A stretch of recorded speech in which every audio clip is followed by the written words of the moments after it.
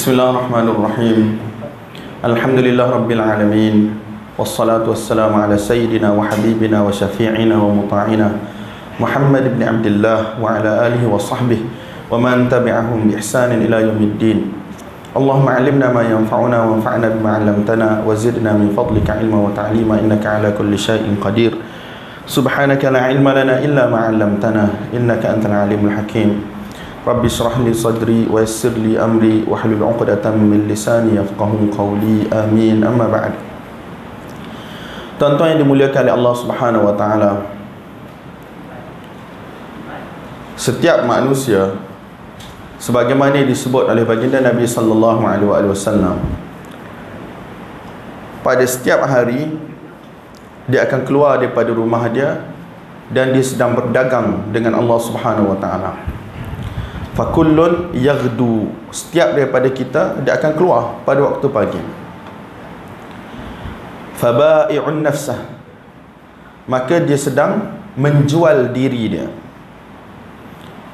Famu'tiquha au mubiquha, sama ada dengan jualan tersebut dia dapat bebaskan diri dia daripada neraka Allah Subhanahu wa taala, ataupun dengan jualan tersebut dia sedang mencelakakan diri dia.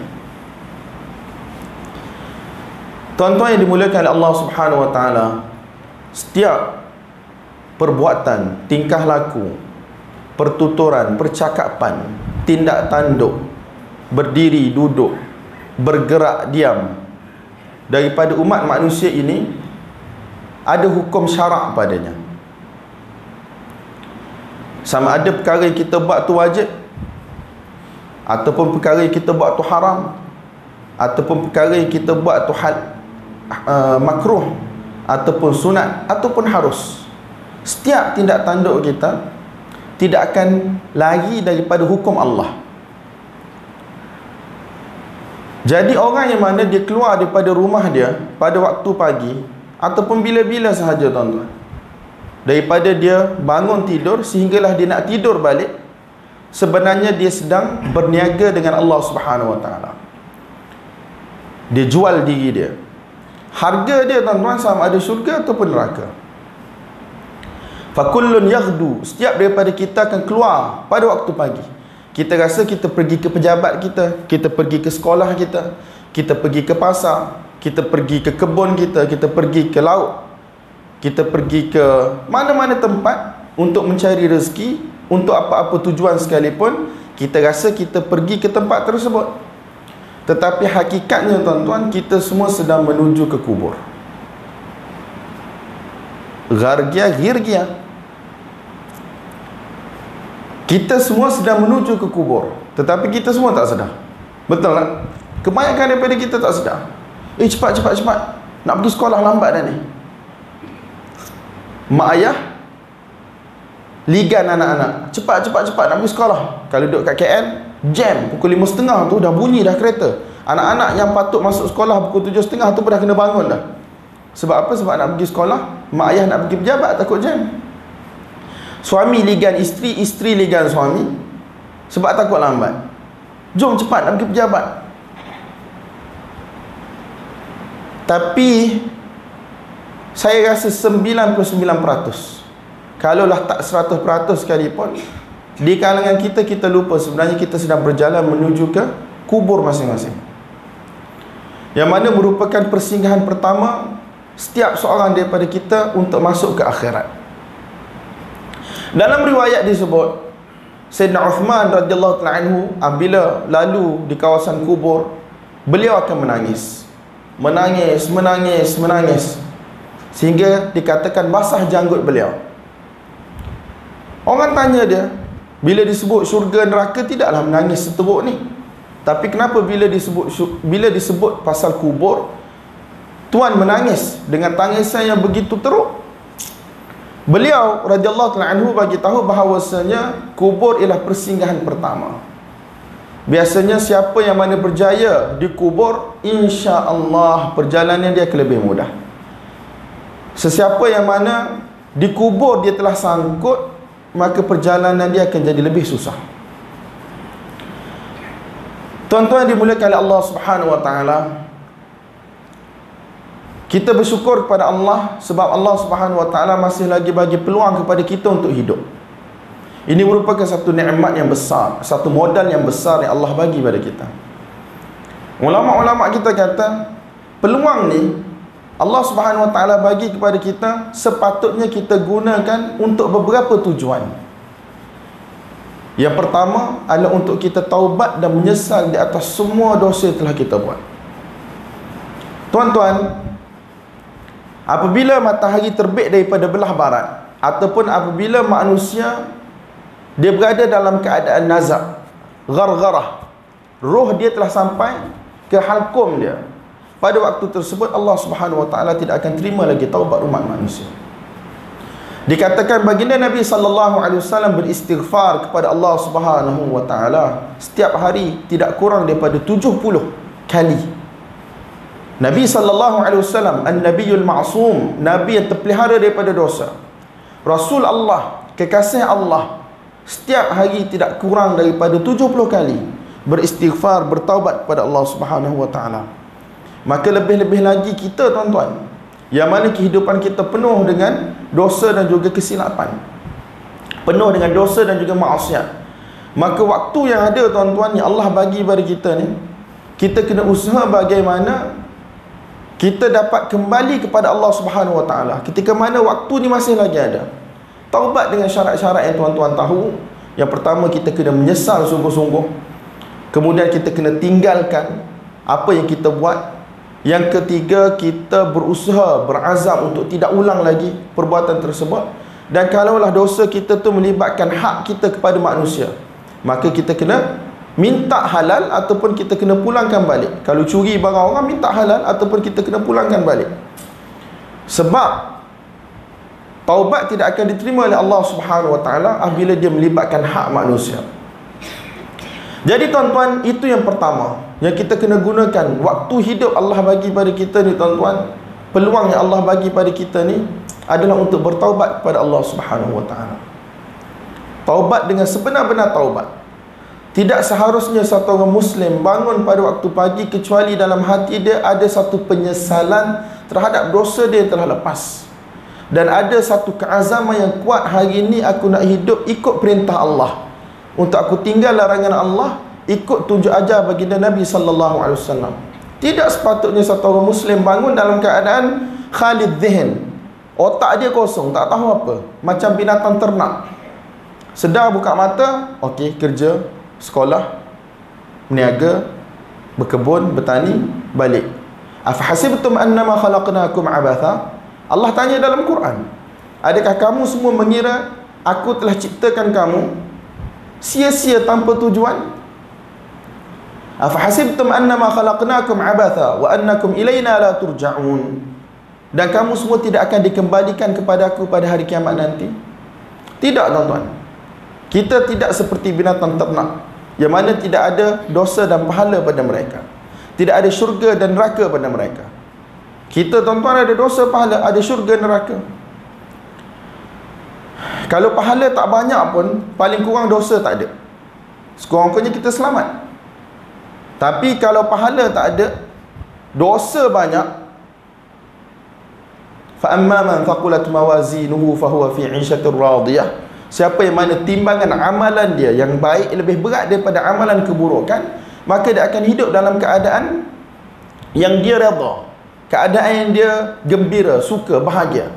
Wa amma man thaqulat mawazinuhu, macam mana dah ayat tu? Fa amma man thaqulat mawazinuhu fa huwa fi 'ishatir radiyah wa amma man khaffat mawazinuhu fa ummuhu hawiyah wa ma adraka ma hiya narun hamiyah. Tetapi orang yang mana timbangan amalan dia adalah begitu sikit, ringan, kejahatan dia, dosa dia, maksiat dia lebih berat, maka dia akan dicampak ke dalam neraka hawiyah, narun hamiyah, api yang begitu panas membakar. Semoga Allah Subhanahu wa taala selamatkan saya dan tuan-tuan daripada azab neraka Allah Subhanahu wa taala. Diceritakan dalam satu hadis yang sahih, satu orang manusia yang paling bahagia di dunia, paling kaya, paling tidak susah, hidup dia paling senang di dunia, pada hari kiamat nanti jika dicelup dia ke dalam neraka untuk satu ketika, satu celupan sahaja, dia akan kata dia tak pernah rasa kesenangan dalam kehidupan dunia dia. Cuba tuan-tuan bayang, manusia hidup di dunia paling bahagia, paling senang, paling kaya, tidak pernah ada kesakitan, tidak pernah ada kesusahan. Sekali dicelup dalam neraka Allah Subhanahu wa taala, naudzubillah. Semoga Allah selamatkan kita semua tuan-tuan. Bila ditanya, pernah tak kamu hidup dalam kesenangan? Dia kata, aku tak pernah hidup dalam kesenangan. Manusia yang paling sengsara dalam kehidupan dunia, yang paling miskin, segala masalah ada pada dia, dari sudut keuangan, dari sudut kesihatan, masalah demi masalah, masalah demi masalah. Sekali dia dicelup di dalam syurga Allah Subhanahu wa taala, dia kata, aku tak pernah rasai apa-apa kesusahan dalam hidup aku selama ini. Tuan-tuan yang dimuliakan oleh Allah Subhanahu wa taala, yang kedua, Allah Subhanahu wa taala bagi peluang kepada kita untuk kita tambahkan amalan kebaikan. Yang pertama untuk taubat, yang kedua adalah untuk tambah amalan kebaikan. Allah Subhanahu wa taala pemurah pengasihnya Allah. Allah tidak wajibkan kepada kita amalan-amalan ni sikit je tuan-tuan, kecuali sedikit sahaja. Kalau kita bilang dalam kehidupan kita, solat 5 kali sehari semalam, daripada 24 jam, kalau kita campur semua solat 5 kali sehari semalam, saya rasa tak sampai setengah jam. Betul tak? Zuhur 4 rakaat, Asar 4 rakaat, Maghrib 3, Isyak 4, Subuh 2. Kalau tak kira dengan semayang jemaah, kita semayang sendiri, tak sampai setengah jam tuan-tuan. Kalau semayang jemaah pergi balik, mungkinlah kita kata untuk solat ni ambil masa 2 jam daripada keseluruhan 24 jam kehidupan kita. Tapi itu pun semayang jemaah tu pun sunat di sisi kita, tak wajib pun. Yang betul-betul wajib sembahyang 17 rakaat tu, saya rasa tak sampai setengah jam pun tuan-tuan. Kalau baca yang wajib-wajib sahaja. Mazhab Syafi'i ni dia banyak ringan dalam bab solat ni. Yang wajib Fatihah saja je. Surah tak wajib baca, tasbih rukuk tak wajib baca, tasbih sujud tak wajib baca. Kemudian tahiyat akhir yang wajib. Nampak tak? Tak banyak. Jadi 1 rakaat, 1 minit tu orang boleh buat dengan senang. Kemudian tak ada adalah tuan-tuan yang wajib untuk kita pada hari ni. 5 itu sahaja.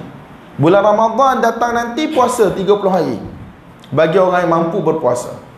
Orang yang tak mampu berpuasa, macam orang tua dan seumpamanya, dia kena bayar fidyah, 1 cupak bagi 1 hari. Kalau dia tak ada kemampuan, duit pun tak ada, nak puasa pun tak boleh, maka Allah Subhanahu wa taala insya-Allah ampunkan untuk dia sebab dia tak mampu. Puasa tak mampu, duit pun tak ada untuk bayar fidyah. Zakat, kebanyakan daripada kita orang miskin tuan-tuan. Biasanya wajib bayar zakat fitrah sekali dalam setahun.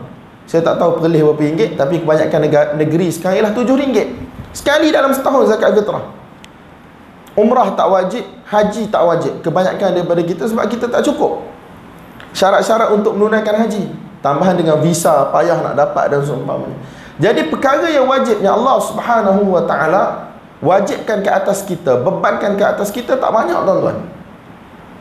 Tapi Allah Subhanahu wa taala membuka pintu amalan-amalan sunat yang begitu banyak untuk manusia saling berlumba-lumba untuk mendapat kedudukan yang tinggi di dalam syurga Allah Subhanahu wa taala pada hari kiamat. Fastabiqul khairat, hendaklah kamu semua berlumba-lumba untuk mendapatkan kebaikan. Wasari'u ila maghfiratin min rabbikum wa jannatin 'arduha as-samawati wal ard. Bersegeralah kamu untuk mendapatkan syurga Allah Subhanahu wa taala, mendapatkan keampunan Allah, mendapatkan syurga Allah yang mana dia punya luas ialah seluas langit dan juga bumi. Macam mana kita tak tahu, wallahu alam. Tetapi syurga yang luas, Allah Subhanahu wa taala buka pintu kepada kita tuan-tuan. Dari sudut amalan-amalan khusus kita, semayang sunat, berapa banyak semayang sunat yang Allah buka untuk kita setiap hari. Semayang rawatib, sebelum zuhur, selepas zuhur, sebelum subuh, sebelum asar, sebelum maghrib, selepas maghrib, sebelum isyak, selepas isyak. Yang ni orang kata sunat-sunat yang rawatib, ataupun sunat-sunat orang panggil kapuh, qabliyah dan juga ba'diyah. Ada di antaranya yang muakkadat, ada yang di antaranya ghair muakkadat tapi masih lagi dituntut untuk dibuat. Macam sebelum asar kita semayang 4 rakaat. Dalam hadis Nabi sallallahu alaihi wasallam kata, rahimallahu mra'an shalla qabla al-'asri 4. Semoga Allah Subhanahu Wa Taala merahmati seseorang yang mana solat 4 rakaat sebelum asar, 4 rakaat sebelum zuhur, 4 rakaat selepas zuhur. Benda ni tuan-tuan, Allah buka pintu seluas-luasnya dengan pelbagai fadilat dan juga jaminan daripada pihak Allah Subhanahu Wa Taala. Siapa nak, dia berusaha. Siapa tak nak, dia akan rugikan diri dia sendiri. Tapi sekurang-kurangnya dia tak buat dosa, tahan lagi lah. Itu dari sudut solat rawatib. Yang solat-solat lain, duha, mazhab Syafi'i paling banyak 12 rakaat. Tapi ada pendapat yang lain, dia kata tak ada bilangan rakaat untuk solat duha. Maksudnya selagi mana kita nak semayang, semayanglah. Yang kata 8 rakaat, 12 rakaat solat duha tu untuk solat duha dengan niat duha. Tapi untuk solat sunat mutlak, semata-mata semayang sunat 2 rakaat, 2 rakaat, 2 rakaat, selagi mana waktu tu bukan waktu untuk diharamkan untuk kita solat, maka kita boleh solat. Allah buka pintu peluang sebanyak-banyaknya tuan-tuan. Tak kira solat malam, tahajud pada waktu malam. Bahkan syariat ni menggalakkan tahajud sebagai contoh. Kalau malam tu dia tertidur, biasanya dia kaki semayang tahajud, tapi malam tu dia tertidur, dia boleh ganti semayang tahajud dia tu pada waktu siang sebelum masuk waktu zuhur, dan dia akan dapat pahala qiyamul lail. Dalam setengah riwayat bagi tahu, tak silap saya, siapa yang mana dia niat untuk bangun pada waktu malam untuk solat tahajud, untuk solat qiyamul lail, kemudian ghalabathu ainah, dia dikalahkan oleh mata dia, dia mengantuk sangat, dia ditulis sebagai telah mendirikan malam tersebut di sisi Allah Subhanahu Wa Taala sebab niat dia. Dalam riwayat yang lain, sesiapa yang mana dia bermusafir ataupun dia sakit menyebabkan dia tidak dapat buat amalan-amalan sunat dia, kebiasaan dia, kutiba idza maridal abdu aw safar, bila seseorang itu dia sakit ataupun dia musafir, kutiba lahu ma kana ya'malu sahihan muqima, ditulis pahala bagi dia apa yang dia buat ketika mana dia sihat dan ketika mana dia berada di kampung halaman dia. Sebagai contoh, kita nak balik raya, tuan-tuan mungkin duduk sini lah kan, orang yang duduk di KL nak balik raya, jadi biasa balik pada waktu malam, hari ke-28 malam ke-29, ataupun hari ke-29 malam ke-30. Biasanya waktu dia semayang tarawih, dia semayang 20 rakaat di belakang imam, dia baca Quran selepas semayang tarawih, dia tadarus dan seumpamanya. Tapi sekarang dia nak balik raya, dia bermusafir. Maka tuan-tuan, yakinlah dengan janji Allah, ketika mana dia berjalan tu dengan anak isteri dia bermandu kereta, walaupun dia tak semayang, maksudnya semayang sunat lah, walaupun dia tak baca Quran, dia akan dapat pahala amalan soleh yang dia buat sebelum ni. Betapa pemurahnya Allah Subhanahu Wa Taala. Tu tak kira lagi dengan semua amalan soleh, paling kurang Allah Subhanahu Wa Taala akan tulis 10 kali ganda. Betul tak? Wal hasanatu bi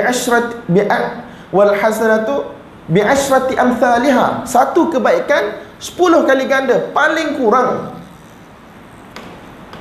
digandakan sampai 700 kali ganda.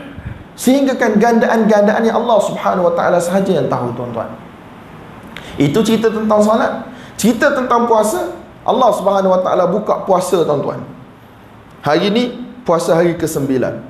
Esok puasa Ashura, yang mana Allah Subhanahu Wa Taala janjikan pahala melalui lidah Nabi sallallahu alaihi wasallam, dihapuskan dosa setahun yang lepas.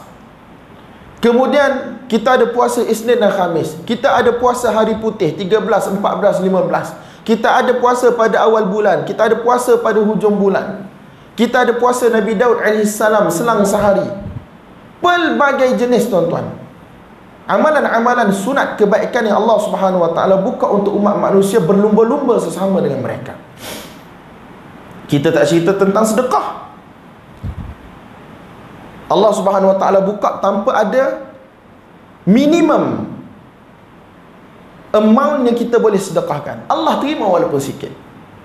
Selagi mana dia ikhlas kepada Allah, maka Allah Subhanahu Wa Taala akan terima.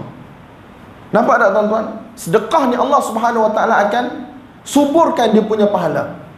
Allah Subhanahu Wa Taala akan suburkan dia punya pahala. Tapi kita tak perasan tuan-tuan. RM1 yang kita bagi, hatta 50 sen yang kita bagi, hatta 10 sen yang kita bagi untuk projek-projek membangunkan masjid, membangunkan madrasah, tolong orang fakir miskin, tolong orang yang belajar dan seumpamanya. Kalau kita ihtisab, mengharap ganjaran daripada Allah Subhanahu Wa Taala, maka insya-Allah kita akan dapat. Hatta tuan-tuan, orang yang mana tidak ada harta benda, Allah Subhanahu wa ta'ala masih lagi buka kepada mereka pahala yang begitu banyak. Dalam hadis yang masyhur, hadis Abu Dzar radhiyallahu ta'ala anhu, orang-orang miskin datang jumpa Nabi SAW. Mereka kata, ya Rasulullah, dhahaba ahlud duthuri bil ujur. Ya Rasulullah, orang-orang yang kaya mereka telah dapat pahala yang banyak melintasi kami. Mereka salat sebagaimana kami salat, mereka berpuasa sebagaimana kami berpuasa. Wa yatasaddaquna bi amwalihim, tetapi mereka ada harta yang mana mereka boleh sedekahkan. Kami tak ada apa-apa pun, kami orang miskin. Nabi SAW ajar untuk baca subhanallah, alhamdulillah, Allahu akbar tu kan, selepas solat 33 kali.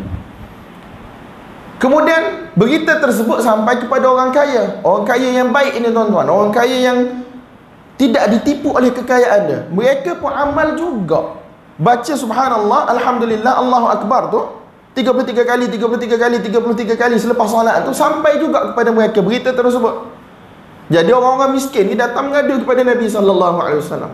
Nabi kata apa? Dzalika fadlullah yu'tihi man yasha. Itulah kelebihan yang Allah Subhanahu wa ta'ala bagi kepada siapa yang dia suka. Sebab kita kadang-kadang kita berharapkan harta.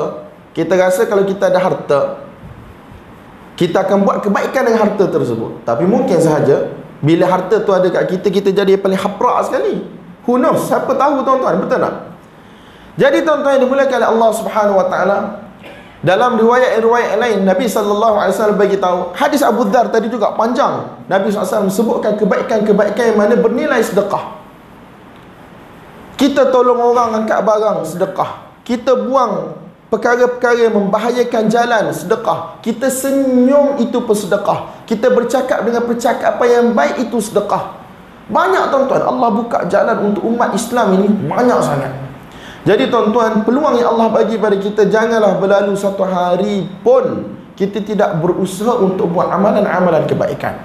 Sama ada dari sudut ibadat khusus kita dengan Allah, bacaan Quran, zikir, solat, ataupun ibadat yang bersifat umum, yang mana kalau kita tengok dari sudut luaran nampak macam bukan ibadat. Bekerja nampak macam bukan ibadat, pergi sekolah tak nampak ibadat, pergi berniaga tak nampak ibadat, apa saja kita buat tak nampak ibadat. Tetapi sebenarnya kalau niat dia adalah untuk mendapatkan rezeki yang halal, supaya kita tidak melakukan perkara yang haram, untuk tunaikan tanggungjawab kita mencari nafkah kepada anak isteri, untuk kita niatkan dengan lebihan harta yang kita ada untuk kita bantu agama Allah, untuk kita infak dan seumpamanya, maka itu semua dikira ibadat di sisi Allah Subhanahu wa ta'ala. Dalam Islam tak ada satu benda yang mana kita buat kalau betul cara dia bukan ibadat. Cuma ibadat yang khusus ataupun ibadat yang umum. Tuan-tuan yang dimuliakan Allah Subhanahu wa ta'ala, ini merupakan satu peluang yang besar yang Allah bagi pada kita. Kehidupan kita ialah modal kita. Kalau habis modal ni tuan-tuan, habislah, kita tak boleh nak berniaga dah lah. Jadi sepanjang kehidupan kita yang berbaki ni tuan-tuan, kita tak tahu berapa lama kita akan hidup. Setahun, 2 tahun, sehari, sejam. Tak ada satu orang pun di kalangan kita yang tahu tuan-tuan. Jadi bagaimana kehidupan kita pada hari ini, kita dapat ikut apa yang Allah kehendaki, apa yang Allah perintahkan, apa yang Nabi SAW perintahkan, apa yang Nabi kehendaki, apa yang Nabi tunjuk ajar. Ini kita punya perjuangan sekarang tuan-tuan. Perjuangan untuk berada di atas track, untuk berada di atas jalan yang betul, untuk sampai ke syurga Allah Subhanahu wa ta'ala. Allah Subhanahu wa ta'ala sebut, qul in kuntum tuhibbunallah fattabi'uni yuhibbukumullah. Katakan wahai Muhammad, iklankan kepada umat manusia, jika kamu semua mencintai Allah Subhanahu wa ta'ala, maka hendaklah kamu mengikuti aku, iaitu mengikuti baginda Nabi sallallahu alaihi wasallam. Nescaya Allah Subhanahu wa ta'ala akan mencintai kamu, dan Allah Subhanahu wa ta'ala akan mengampunkan dosa-dosa kamu. Jadi tuan-tuan, dalam hadis yang lain Nabi SAW kata, Man ata'ani dakhala al-jannah wa man asani faqad aba. Wa qila man ya'ba ya Rasulullah. Salah ni. Kullu ummati yadkhuluna al-jannah illa man aba. Setiap umat aku akan masuk syurga kecuali orang yang enggan. Maksudnya syurga ni terbuka luas. Allah tidak letak syarat. Bukan letak syarat, Allah tak letak macam bangsa tertentu boleh masuk syurga. Sebagaimana Yahudi dengan Nasrani, mereka kata nahnu abna'ullah, Kami ni ialah anak-anak Allah. Maksudnya puak kesayangan Allah. Syurga ni hanya untuk kami saja. La yadkhulul jannata, tidak akan masuk ke dalam syurga kecuali Yahudi dan juga Nasrani, kata mereka. Allah Subhanahu Wa Taala tak buat macam tu, tuan-tuan. Allah tak letak syarat masuk syurga ni pada bangsa, pada jantina, pada kekayaan, pada benda-benda lain. Tak. Allah SWT tak letak syarat tu. Allah letak syarat iman dan juga amal soleh. Dalam surah Al-Asr yang kita selalu baca tu kan, semua manusia berada dalam kerugian kecuali orang yang beriman, orang yang beramal soleh, dan orang yang mana berpesan-pesan dengan kebaikan dan juga berpesan-pesan dengan kesabaran. Tetapi yang penting sekali beriman dan juga beramal soleh. Allah Subhanahu Wa Taala buka syurga seluas-luasnya untuk manusia. Jadi kullu ummati yadkhuluna al-jannah, setiap umat aku akan masuk syurga, kata Nabi, illa man aba, kecuali orang yang tak nak. Orang yang tak nak masuk syurga, maka dia tak akan masuk syurga, sebab dia akan buat amalan menuju ke neraka Allah Subhanahu Wa Taala. Sahabat tanya, wa qila man ya'ba ya Rasulullah, siapakah yang enggan untuk masuk syurga? Nabi kata, man ata'ani dakhala al-jannah, siapa yang mana taat kepada aku dia akan masuk syurga, wa man asani faqad aba, siapa yang mana memaksiati aku, tidak ikut cara hidup aku, maka dialah yang enggan untuk masuk syurga. Jadi tuan-tuan, untuk masuk syurga tidak boleh tidak, dia kena ikut jalan Nabi sallallahu alaihi wasallam. Sebab Nabi dihantar untuk tunjuk pada kita bagaimana sepatutnya Allah disembah, bagaimana sepatutnya kita beribadat kepada Allah. Bukan dengan akal kita, bukan dengan hawa nafsu kita, tidak. Bukan dengan kecerdikan kita. Kita kena sembah Allah sebagaimana Allah kehendaki.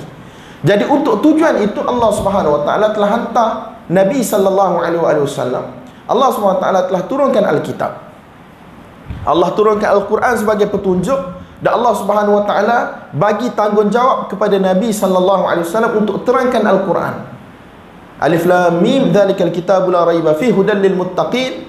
Itulah petunjuk daripada pihak Allah, iaitu Al-Quran, yang mana tidak ada keraguan bagi orang yang mana ingin menjadi orang yang bertakwa. Allah Subhanahu Wa Taala perintahkan Nabi untuk sampaikan Al-Quran dan terangkan Al-Quran. Litubayyana lin-nas ma nuzila ilaihim, untuk terangkan kepada manusia apa yang telah diturunkan kepada mereka, itu Al-Quran. Nabi 23 tahun kehidupan baginda adalah untuk terangkan Quran kepada umat manusia, untuk tunjuk, ajar umat manusia jalan mereka menuju Allah dan jalan mereka untuk berjaya. Jadi tuan-tuan, kita kalau nak sampai ke tempat yang kita nak pergi, kita kena ikut Nabi SAW. Kalau kita melencong daripada jalan yang Nabi tunjuk, maka kita akan sesat. Kita tidak akan sampai ke tempat yang Nabi ada. Kita tidak akan sampai ke syurga Allah Subhanahu Wa Taala. La yazighu anha illa halik, Nabi kata. Orang yang mana melencong daripada jalan yang telah aku tinggalkan, jalan Al-Quran, jalan As-Sunnah ini, maka dia telah mencelakakan diri dia sendiri. Nabi SAW kata, aku tinggalkan dalam keadaan jalan tu terang, putih, jelas. Siapa yang mana melencong daripada jalan tersebut, maka dia telah mencelakakan diri dia sendiri. Taraktukum 'alal bayda, aku telah tinggal kamu di atas jalan yang jelas. Siangnya, malamnya, jalan itu jelas, nampak. Siapa yang mana melencong daripada jalan tersebut, maka dia telah inginkan kehancuran ke atas diri dia sendiri. Tuan-tuan, untuk manusia beribadat kepada Allah Subhanahu Wa Taala, mesti kena ada ilmu. Wa kullu man, ini bukan hadis, ini kata para ulama, wa kullu man bighairi ilmin ya'malu a'maluhu mardudatun la tuqbalu. Sesiapa yang mana beramal tanpa ilmu pengetahuan, maka amalan dia akan tertolak, tidak akan diterima oleh Allah Subhanahu Wa Taala. Sebab apa tuan-tuan? Sebab kita kena beriman kepada Allah sebagaimana yang Allah kehendaki. Dalam Quran Allah sebut kepada Nabi, fa'alam annahu la ilaha illallah, ketahuilah bahawasanya tidak ada Tuhan melainkan Allah Subhanahu Wa Taala. Allah guna perkataan fa'alam, ketahuilah. Maksudnya kita kena belajar nak kenal Allah.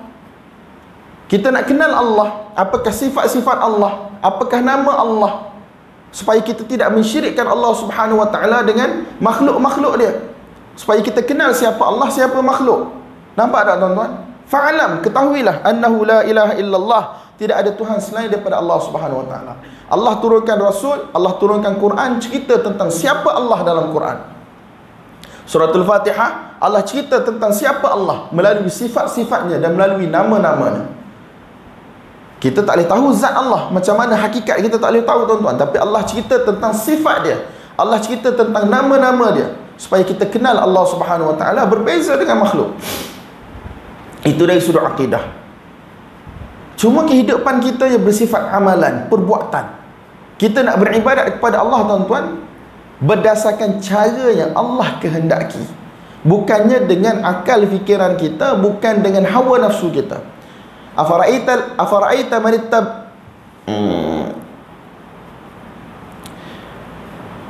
banyaklah afara'aita man ittab, saya pun tak ingat dah. Tidakkah kamu lihat orang yang mana telah mengikuti hawa nafsu dia, dia telah menyesatkan diri dia.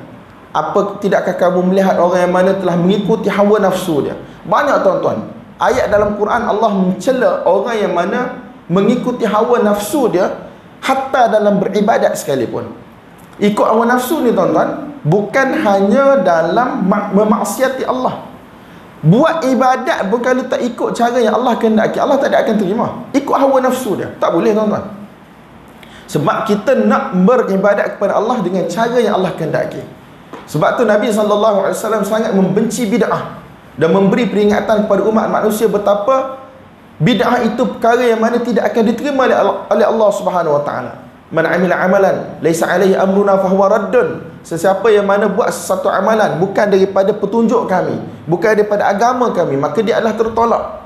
Nabi SAW memberi peringatan betapa bahayanya bid'ah, supaya kita jauhi bid'ah. Iyyakum wa muhdatsatil umur. Hendaklah kamu menjauhi perkara-perkara yang baru dalam agama. Sebab apa? Nabi SAW suruh kita ikut. Alaikum bisunnati wa sunnatil khulafa'ir rasyidin al-mahdiyyin. Addu 'alaiha bin nawajid. Hendaklah kamu ikut sunnah aku dan sunnah para khulafa yang mewarisi aku, dan gigitlah dengan gigi geraham. Nabi SAW memberitahu bahawa umat ini akan berpecah kepada 73 golongan. Sebagaimana Yahudi, Nasrani berpecah kepada 72, 71 golongan. Hanya satu sahaja yang akan selamat, yang lain semua dalam neraka.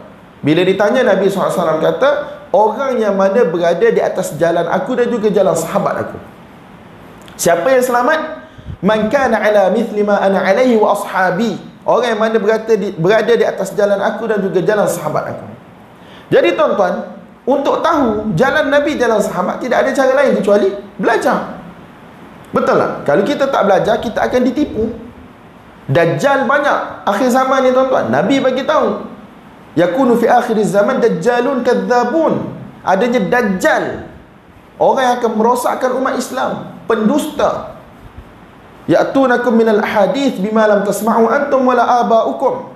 Mereka bawa kepada kamu hadis-hadis ataupun ilmu-ilmu yang kamu tak pernah dengar, datuk nenek moyang kamu tak pernah dengar. Maksudnya benda baru, rekaan untuk rosakkan atas nama agama. Nabi SAW kata, iyyakum wa iyyahum, jauhilah mereka. Supaya apa? La yaftinunakum wa la yudillunakum. Supaya mereka tidak merosakkan kamu dan tidak menyesatkan kamu. Jadi tidak ada cara tuan-tuan untuk selamat kecuali bermulanya dengan belajar. Saya dengan tuan-tuan kena belajar. Kita nak belajar apa tuan-tuan? Kita nak kena belajar Alkitab dan juga As-Sunnah dengan kefahaman para ulama kita yang mu'tabar, terutama daripada kalangan salaf. Sebab Nabi SAW bagi tahu dalam banyak hadis. Antara yang masyhur tuan-tuan, sebelum tu Quran pun bagi tahu, ya ayyuhalladzina amanu athi'ullah wa athi'ur rasul wa ulil amri minkum. Wahai orang beriman, taat Allah, taat Rasul dan juga pemerintah di kalangan kamu. Sama ada pemerintah keduniaan atau pemerintah keagamaan. Pemerintah keagamaan, ulama' lah. Pemerintah keduniaan, dia kena takbir dunia ikut agama. Dia tak tahu, dia kena tanya ulama' juga. Itu maksud ulil amri. Fa in tanaza'tum fi syai'in farudduhu ila Allah war Rasul. Kalaulah kamu berselisih pada apa sahaja, fi syai'in, kalau belajar bahasa Arab tuan-tuan, syai' ni benda yang paling kecil. Tapi Allah bawa dalam bentuk tanwin, syai'in, in bawah tu tanwin nakirah litahqir. Apa sahaja, sekecil mana pun, itu terjemah dia. Fa in tanaza'tum fi syai'in, jika kamu berselisih, tak kira lah sekecil mana pun permasalahan itu, sebab semua ada hukum Allah. Betul tak? Ada yang kata halal, ada yang kata haram. Jadi kita nak tahu yang mana tuan-tuan. Farudduhu ilallahi war Rasul. Hendaklah kamu kembalikan kepada Allah dan juga Rasul. Sebab ini tanda iman. In kuntum tu'minuna billahi wal yawmil akhir. Jika kamu beriman dengan Allah dan juga beriman dengan hari kiamat. Siapa yang mana nak cari keputusan bukan daripada kitab Allah, bukan daripada sunnah baginda Nabi SAW, maka sebenarnya dia telah ada kekurangan pada iman dia. Nampak tak tuan-tuan? Orang yang mana mencari hukum selain daripada hukum Allah, maka iman dia rosak. Orang yang redha dengan hukum selain daripada hukum Allah Subhanahu Wa Taala, iman dia rosak. Bila kita kata dalam bab ni hukum Allah haram, tapi dia kerana dunia dia, tak payahlah nak banyak-banyak, boleh jadi kafir tuan-tuan. Fa warabbik, demi Tuhan kamu, la yu'minun, mereka semua tidak beriman, hatta yuhakkimuka fima syajara bainahum, sehinggalah mereka orang Islam wahai Muhammad menjadikan kamu sebagai hakim, pemutus apabila mereka berselisih di kalangan mereka. Fa warabbik, Allah Subhanahu Wa Taala bersumpah dengan diri dia sendiri. Dalam banyak tempat Allah bersumpah dengan makhluk-makhluk dia. Wattini wazzaitun, demi buah tin, demi buah zaitun. Wasyamsi wadduhaha, demi matahari dan juga waktu duha. Wallaili idza yaghsha, demi malam dan juga bila waktu malam itu menyelubungi dunia. Allah bersumpah. Wal asri, demi masa. Tapi dalam bab ni tuan-tuan, tidak berhukum dengan hukum Allah. Jadi sampai ke oleh baginda Nabi SAW, Allah Subhanahu Wa Taala telah bersumpah dengan zat dia yang mulia, untuk menunjukkan betapa besarnya hukum mengikuti hukum Allah Subhanahu Wa Taala dan juga hukum Nabi sallallahu alaihi wasallam.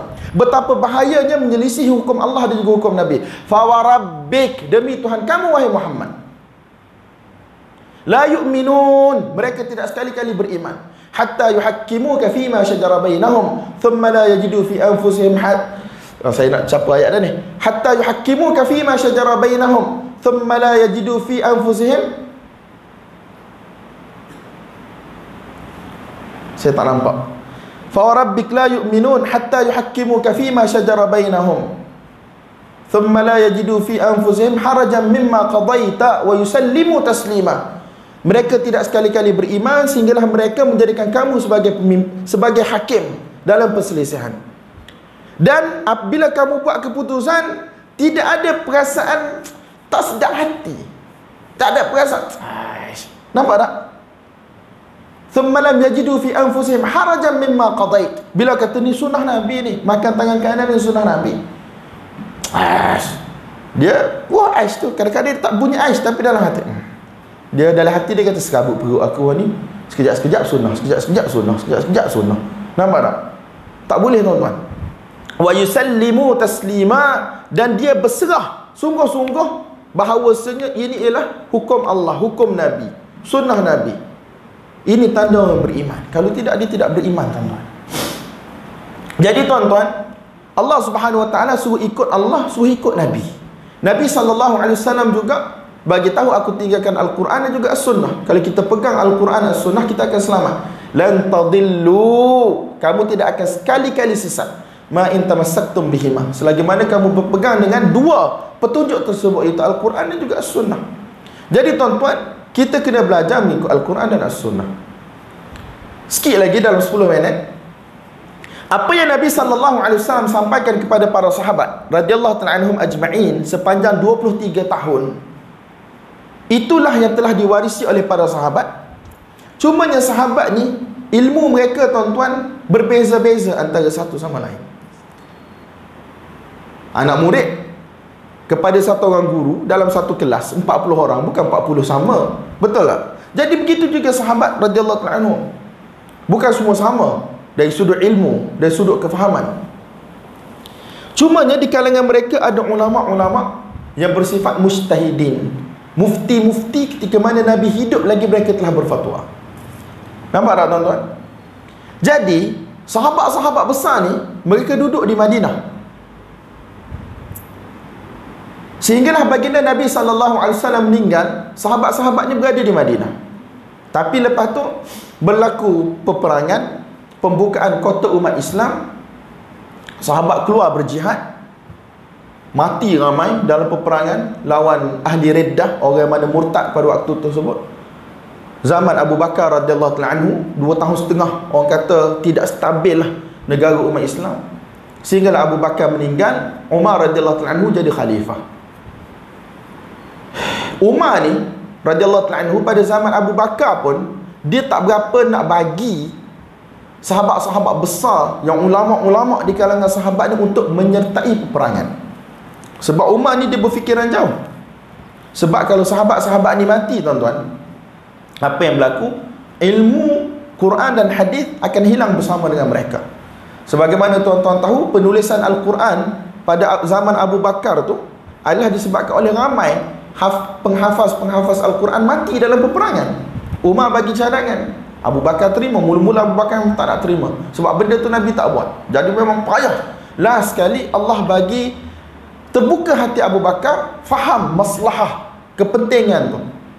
Jadi pada zaman Umar radhiyallahu anhu, Abu Bakar, bila Umar kata jangan benarkan sahabat-sahabat besar ni, yang ulama-ulama ni menyertai peperangan, Abu Bakar kata macam mana nak buat? Orang mencari keredaan Allah melalui mata pedang. Maksud jihad ni bukan satu benda kecil, satu benda besar. Tapi zaman Umar buat keputusan semua sahabat yang ulama-ulama ni tidak boleh keluar daripada kota Madinah. Supaya apa? Supaya ilmu Nabi SAW, ilmu Al-Quran, ilmu Nabi yang telah dipelajari oleh sahabat-sahabat besar, yang ulama-ulama ni, disampaikan kepada anak-anak mereka, generasi baru yang dinamakan sebagai tabi'in. Supaya ilmu ni, tuan-tuan, tersebar di kalangan para tabi'in, sahabat-sahabat kecil macam Ibnu Abbas, Ibnu Umar dan seumpamanya yang meninggal lewat-lewat ni, tahun 68 Hijrah, 73 Hijrah, 90 Hijrah, Anas radhiyallahu ta'ala anhum jami'an. Jadi supaya ilmu ni tersebar di kalangan mereka. Selepas itu berlakunya pembukaan kota-kota besar umat Islam macam Kufah, Basrah. Nampak tak, tuan-tuan? Pada waktu tersebut keperluan untuk menghantar orang alim di kalangan para sahabat untuk menjadi guru di tempat-tempat baru tersebut. Maka di Kufah dihantar para sahabat, di Basrah dihantar para sahabat, selepas tu di Syam dan negara umat Islam yang lain, Mesir dan seumpamanya. Jadi bersama dengan para sahabat ini, tuan-tuan, mereka bawa bersama dengan mereka ilmu Nabi SAW. Jadi bila pergi ke tempat tersebut, mereka ada anak murid baru, generasi baru. Dan antara anak murid ini, generasi yang datang selepas itu, generasi kedua, generasi ketiga, ialah imam-imam madhab. Imam Malik rahmatullahi alaih berada di Madinah, meninggal pada tahun 179 Hijrah. Jadi Imam Malik ambil ilmu daripada mana, tuan-tuan? Ambil ilmu daripada anak-anak sahabat di Madinah. Nampak tak? Imam Malik ambil ilmu daripada anak ataupun cucu sahabat di Madinah. Imam Syafi'i, dia belajar mula-mula di Mekah. Di Mekah ni tempat Ibn Abbas radhiyallahu ta'ala anhuma dan sahabat-sahabat lain, Jabir bin Abdullah dan seumpamanya, berada di Mekah. Dia turun kepada tabi'in Mekah, Atha dan seumpamanya, sampailah kepada zaman Ibnu Juraij. Daripada situ Imam Syafi'i rahmatullahi alaih ambil ilmu. Senang ceritanya, mazhab Imam Syafi'i rahmatullahi alaih bermulanya di Mekah adalah daripada aliran pengajian Ibn Abbas. Kemudian Imam Syafi'i pergi ke Madinah, belajar dengan Imam Malik rahmatullahi alaih, mengambil ilmu aliran Imam Malik yang diambil daripada ulama-ulama Madinah. Kemudian dia pergi ke Iraq. Sebelum tu pergi ke Yaman, kemudian pergi ke Iraq. Di Iraq ni, tuan-tuan, madrasah besar, aliran pengajian yang besar. Anak murid Ali radhiyallahu ta'ala anhu, anak murid kepada Abdullah bin Mas'ud radhiyallahu ta'ala anhu, sahabat-sahabat Badar berada di Iraq, di Kufah dan seumpamanya. Jadi daripada situ berlakunya mazhab Imam Abu Hanifah rahmatullahi alaih. Nampak tak, tuan-tuan? Dan Imam Syafi'i pergi sempat dengan anak murid Imam Abu Hanifah rahmatullahi alaih. Jadi sebenarnya mazhab umat Islam ini, ia adalah penerus kepada ilmu sahabat yang ambil daripada Nabi SAW. Kalau Asy-Sya'rani rahimahullah, dia kata kita ni semua daripada satu pokok, yang mana batang dia, akar, tunjang dia adalah sama daripada Quran Sunnah. Cuma dia ada dahan belah sini, ada dahan belah sana, ada dahan belah sini. Ini mewakili apa, tuan-tuan? Mewakili mazhab-mazhab dalam Islam. Ambil buah belah sini pun insya-Allah buah yang baik. Ambil buah belah sana pun insya-Allah buah baik. Ambil buah belah sana pun insya-Allah buah baik. Jadi sebenarnya kita ialah satu keluarga yang mana datang daripada keluarga besar. Sahabat-sahabat radhiyallahu ta'ala anhum, mereka berselisih pendapat sejak zaman Nabi sallallahu alaihi wasallam lagi. Dan kebanyakan, tuan-tuan, perselisihan ini adalah pada perkara yang mana bersifat afdal tidak afdal. Yang sepakat banyak dah. Yang sepakat banyak dah. Hampir 1/3 daripada masalah agama ni sepakat di kalangan para ulama. Secara umumnya, benda-benda yang besar melibatkan rukun Islam apa semua sepakat di kalangan para ulama. 1/3 kan? Nampak banyak sangat. Benda yang sepakat, ijma', memang benda tu kita tak berselisih. Semayang ada 5 kali sehari semalam. Itu kita tak berselisih tuan-tuan. Cuma mazhab Abu Hanifah dia ada sembahyang yang wajib yang ke-6. Sembahyang yang 5 ni dia panggil fardu, dia tak panggil wajib. Kita wajib fardu sama je. Iaitu sembahyang witir. Pada waktu malam mereka wajib. Maksudnya lepas sembahyang isyak mereka kena sembahyang witir. Tapi mereka bezakan antara fardu dan wajib. Fardu ni tinggi lagi. Kalau siapa mengingkari yang fardu jatuh kafir. Tapi siapa yang mengingkari yang wajib, dia tak sembahyang witir. Dia kata dia tak sembahyang witir, dia berdosa. Tapi mazhab kita sembahyang yang fardu ni 5 je. Yang wajib tu 5 je. Jadi kesepakatan tu banyak juga. Dan pada benda yang diperselisihkan tuan-tuan, 2/3 tak silap saya adalah pada perkara yang mana bersifat afdal ataupun tidak afdal. Ini para ulama beza pendapat. Kunut subuh afdal ke tak afdal? Ada orang kata kunut wajib tuan-tuan. Tak ada, betul tak? Setahu saya tak ada. Dua mazhab kata sunat, mazhab Imam Syafi'i dan juga mazhab Imam Malik rahmatullahi alaihi. Mazhab yang kata tak sunat, mazhab Imam Abu Hanifah dan juga mazhab Imam Ahmad rahmatullahi alaihi. Tapi tak ada orang kata siapa tak kunut, solat dia tak sah. Ulama berselisih pendapat di kalangan sahabat lagi. Afdal ke tak afdal kunut? Masing-masing ada dalil dia. Jadi perselisihan pada afdal tak afdal. Nak letak tangan kat mana? Bawah pusat ke atas pusat? Masing-masing ada dalil. Ada tak orang kata letak bawah pusat batal solat dia? Tak tuan-tuan. Letak atas dada batal solat dia? Tidak. Sentuh lelaki perempuan, ni yang 1/3 yang diperselisihkan yang melibatkan sah batal halal haram. Tapi masing-masing semua ada dalil. Masing-masing semua ada dalil. Macam sentuh lelaki perempuan yang bukan mahram, batal wuduk tak batal wuduk? Ada kata batal, ada kata tak batal. Masing-masing ada dalil. Allah Subhanahu wa taala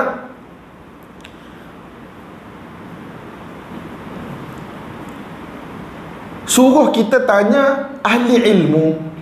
Sebenarnya orang awam ni tuan-tuan, secara umumnya dia tak ada mazhab. Asal dulu dia tak ada mazhab. Mazhab dia ialah mazhab tok guru dia.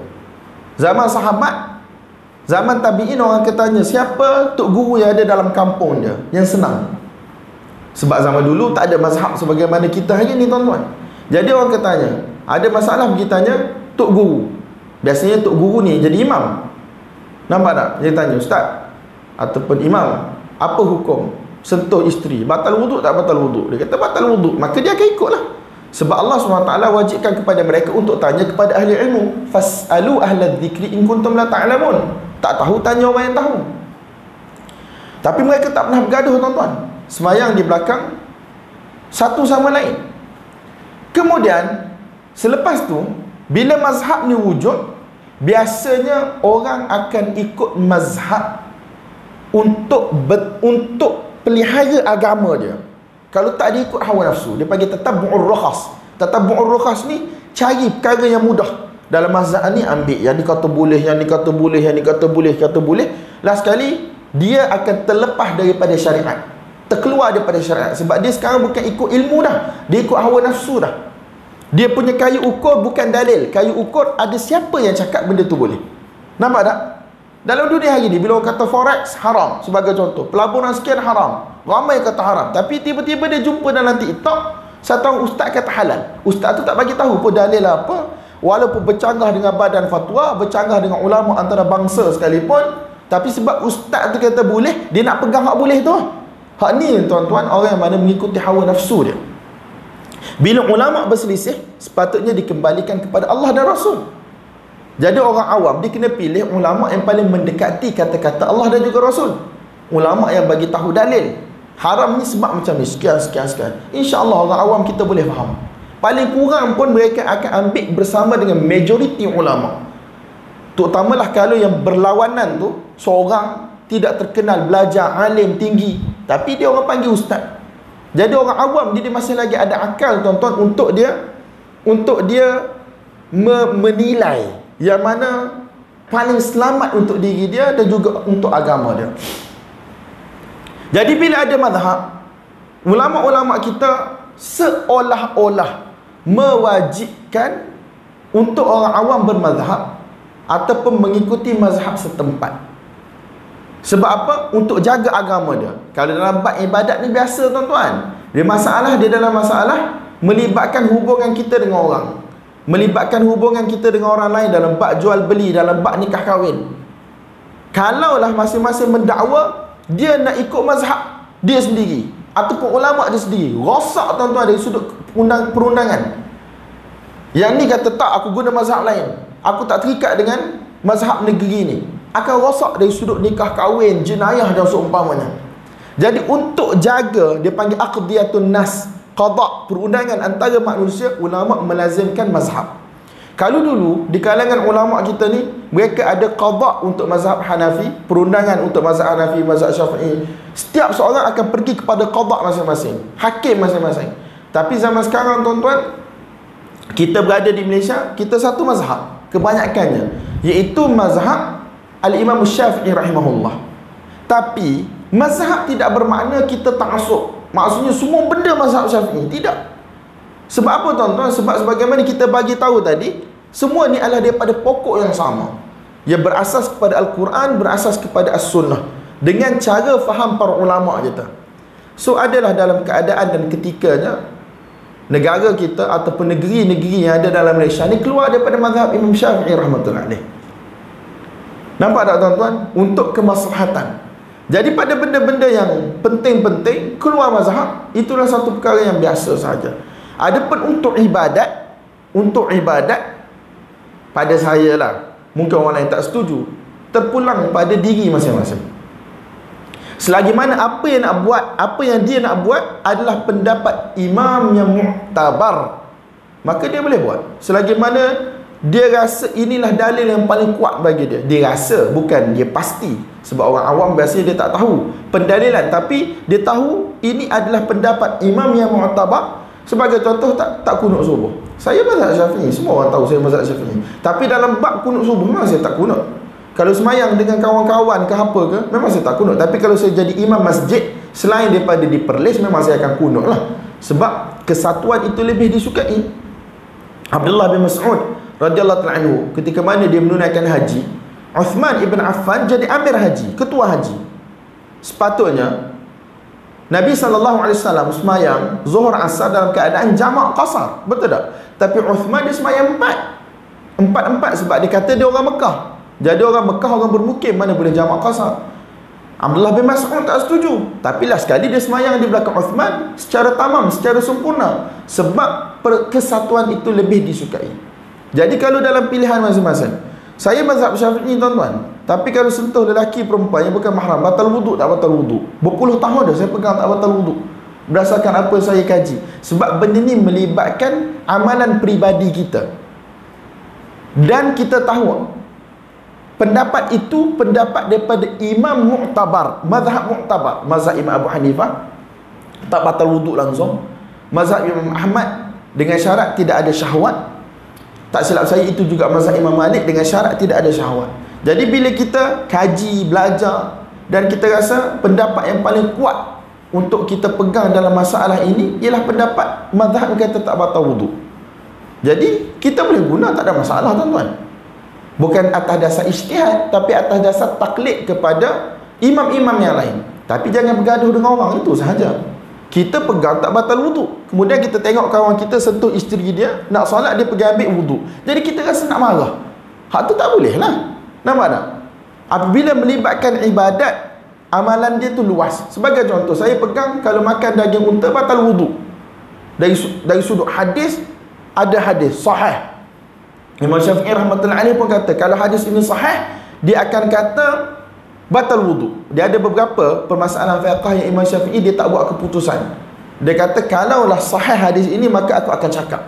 Jadi ulama-ulama Syafi'iyah yang terkemudian macam Imam Baihaqi, Imam Ibn Munzir, Ibn Khuzaimah, Ibn Hajar dan seumpamanya, dia kata sahih dua hadis tak silap dalam masalah ini. Jadi mereka kata batal wuduk lah kalau makan daging unta. Kalau tuan-tuan pergi ke Mekah, Madinah, makan nasi Arab lawan unta, kalau tuan-tuan berpuas hati dengan pendapat tersebut dan pengujahannya, batal. Memang saya pegang batal pun daripada dulu lagi. Sebab ada hadis yang sahih dan dia lah pendapat ramai di kalangan ulama-ulama hadis, antaranya ialah Imam Ahmad rahmatullahi alaih. Jadi kita pegang diri kita kerana kita puas hati dengan penghujahan tersebut, tak ada masalah.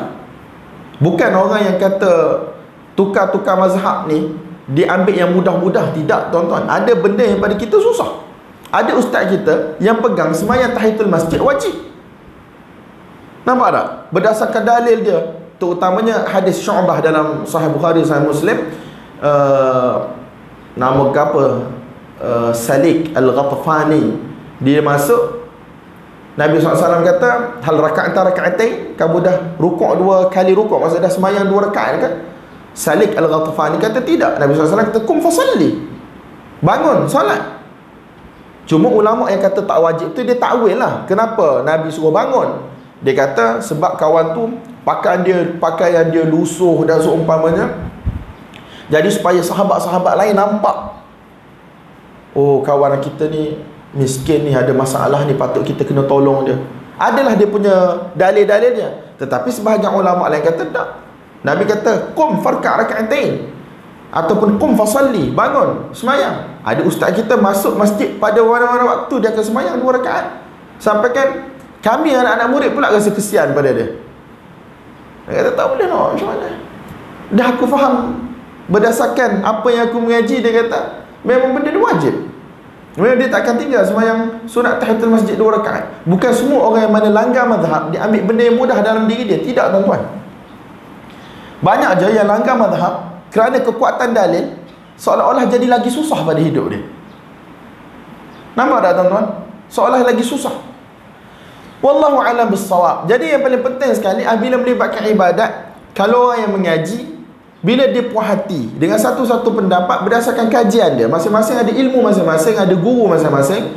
Jadi kalau dia tinggalkan mazhab dia dalam beberapa masalah, dengan syarat pendapat tersebut bukan pendapat yang syadz, bukan pendapat yang terpencil, yang menyalahi Quran, menyalahi sunnah, menyalahi ijma', menyalahi qiyas jali. Kalau kita mengaji, pendapat yang syadz ni dia menyalahi Quran, menyalahi sunnah yang sahih, menyalahi ijma', menyalahi qiyas yang jali, maka kita tak boleh terima tuan-tuan. Tapi selagi mana ia ialah pendapat daripada imam mu'tabar, terutama daripada mazhab yang 4, maka luas untuk kita amalkan. Biasanya kita akan amalkan lepas kita rasa dia punya dalil tu kuat. Saya kata kita rasa berdasarkan kajian kita, bukan maksudnya pasti itulah pendapat yang paling benar, paling kuat. Tidak. Berdasarkan ilmu kita, tak ada masalah. Tapi apabila melibatkan qada, melibatkan perundangan yang melibatkan mahkamah dan seumpamanya, kita terikat kepada keputusan hakim. Nampak tak? Itu sahaja. Kita tak boleh nak kata, oh dalam masalah ni aku nak ambil pendapat Abu Hanifah, kahwin tanpa wali. Abu Hanifah rahmatullahi alaih boleh menikah tanpa wali. Pendapat yang mu'tamad. Berapa ramai orang yang belajar mengahwinkan orang tanpa wali, tapi lepas tu bercerai, anak apa semua masalah. Jadi tuan-tuan, benda macam ni kita tak benarkan. Itu nikah syubhah dalam mazhab jumhur ulama.